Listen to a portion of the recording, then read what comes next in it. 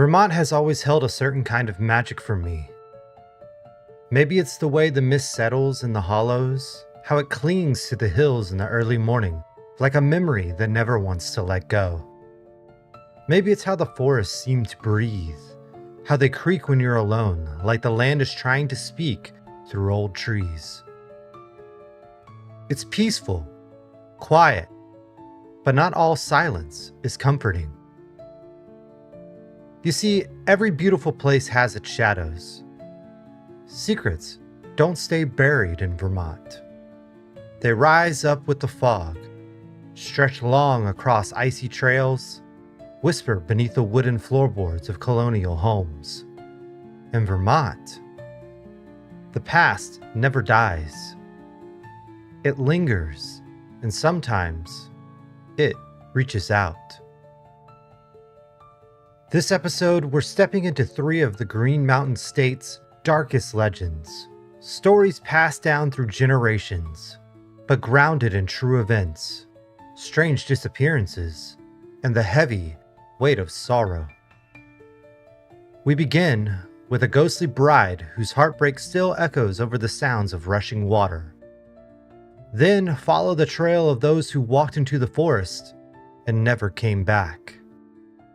And end with a family torn apart by a curse that seems to bloom from within their bloodline.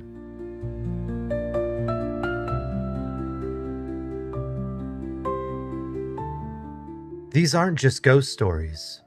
They're open wounds in the land, echoes that carry through time.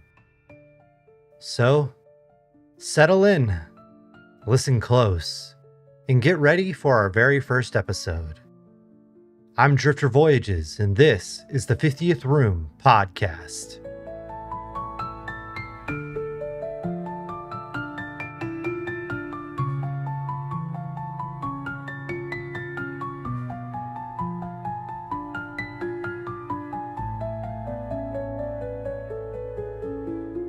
Tucked into the woods outside Stowe, Vermont, Goldbrook Bridge spans just 50 feet across a quiet stream. Now picture this with me. It's a classic covered bridge, whitewashed wood, old nails, and weathered beams. The kind of place where couples pose for engagement photos, where tourists drive through with the windows down, smiling. But after dark, something else moves through that bridge.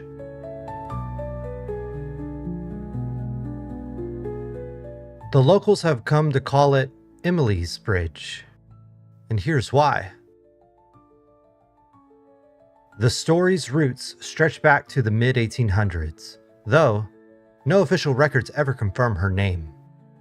But her legend, her pain, is woven into the bridge itself. They say she was young, in love, desperately in love, that her family disapproved of the match. A poor farm boy with no prospects, and so she made a plan. She packed her belongings, waited until moonlight pooled on the floorboards, and left her home for good. Her lover promised to meet her there, promised they'd leave together and never look back. But the road stayed empty. She waited. Hours passed, and when it became clear he wasn't coming, something inside her broke. Some say she climbed into the rafters and hanged herself. Others say she jumped into the icy brook below. But whatever she did, she never truly left. Local police have been called to the bridge for decades. Reports of scratching on cars, slamming noises against metal, and more often than not, figures spotted moving through the bridge just ahead of the headlights, always a blur of white, always alone. One couple left their car windows cracked as they passed through slowly.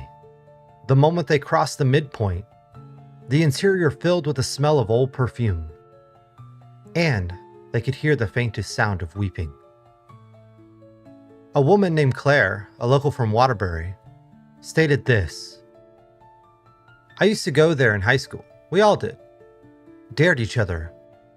One night, I stayed behind. Just a minute.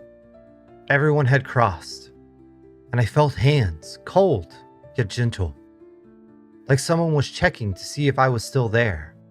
And then I heard it. Why didn't you come? And after that, I've never gone back.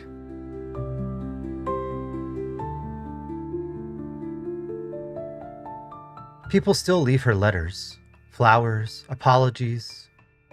They'll tie trinkets into ribbons. But Emily never answers. She only waits.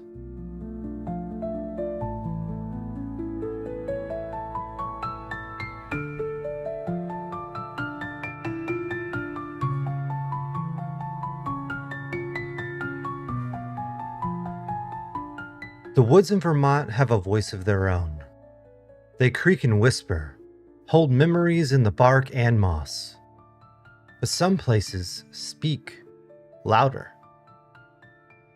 There's a patch of forest in the southwest where something watches, something that takes, and no one can explain why. Glastonbury Mountain is a looming presence in southern Vermont. It's steep, uninhabited. The trails are hard, the weather's strange. Even in daylight, the woods feel off, like they're watching you, waiting. Between 1945 and 1950, 5 people went missing here. No remains, no clues, just gone. We begin with the most famous, Paula Weldon, 18 years old, a student at Bennington College. One Sunday afternoon, she set out on the long trail, a red coat, a determined pace. Several hikers saw her, and then she vanished. Her disappearance launched one of the largest searches in Vermont history. Dogs lost her trail in the same places every time.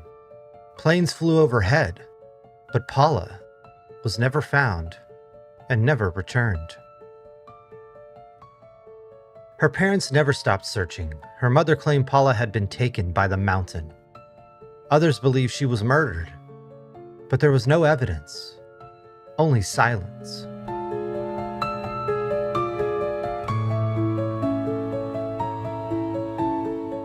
Now for the others who have disappeared. Mitty Rivers, a local guide, vanished while walking ahead of a group, just turned a corner and was gone without a trace. James Tedford disappeared on a moving bus. His belongings were still in the seat. And Paul Jespin, 8 years old, red jacket, playing outside his family trailer. His scent was lost at the exact same trailhead where Paula disappeared. How does that happen? Without a trace. Just gone.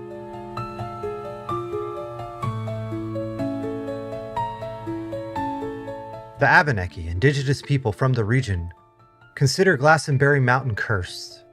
They spoke of stones that swallowed people, of mimic spirits, beings that could call your name in a loved one's voice, and of time that would just stop. Carl Thompson, a hunter and local, stated this: I heard my brother's voice, clear as day, but he's been dead for 6 years. I turned and the woods were different. Still, like I'd stepped through a curtain. When I came out, my watch was 3 hours off, and the deer that I was hunting that led me into the woods in the first place, gone. Scientists say it's magnetic anomalies. Others, something darker. But the forest around Glastonbury does not forgive, and it does not forget.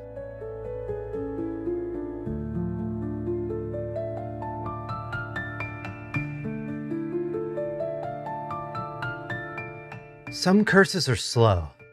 They spread like mold.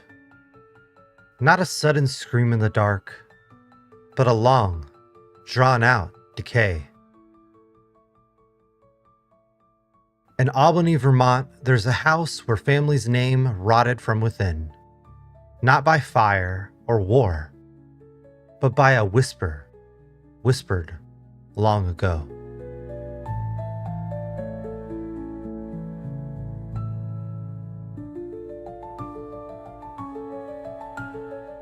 The Hayden family was once powerful, respected. Their estate, a 3-story mansion overlooking Albany, stood as proof of their legacy. But inside that house was a curse. It all began in the late 1800s. William Hayden, a ruthless businessman, cold father, wronged someone. Some people believe it was a servant, or a lover, or a healer. The details change depending on who tells it, but all versions agree on one thing. She cursed the family. Your name will rot. Your joy will bleed.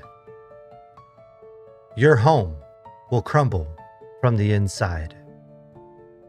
And so, it began. William's eldest son, a musician, developed a paranoia that led him to seal himself into the library. He started composing very dark, creepy melodic music, and he starved.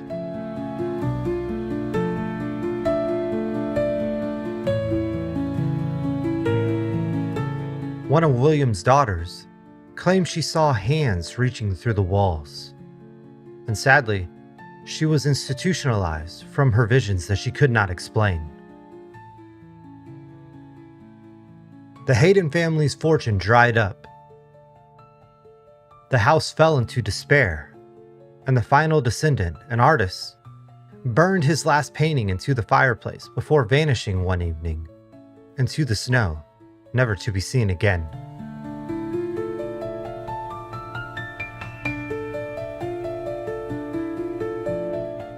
The house is still there, locked behind a rusted gate.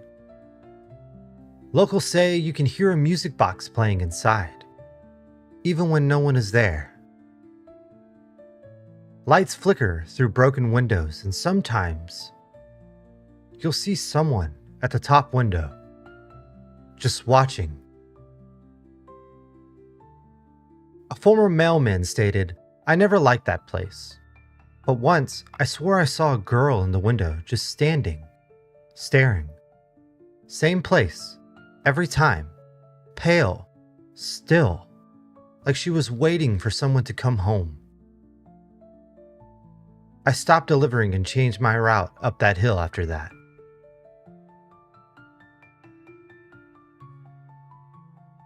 The Hayden's curse wasn't something that screamed at the top of its lungs. It whispered. And it waited. And who's to say it doesn't still linger in those walls today?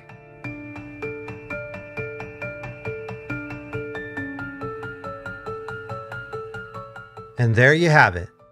3 stories, 3 wounds carved into Vermont's soil. Emily, the girl who waited too long and ended it all. The missing, swallowed by the forest, without a trace, never to be seen again. And the Haydens, brought low by a curse no one believed, until it was too late. Now, I've been to Vermont, and I love it there. It's beautiful.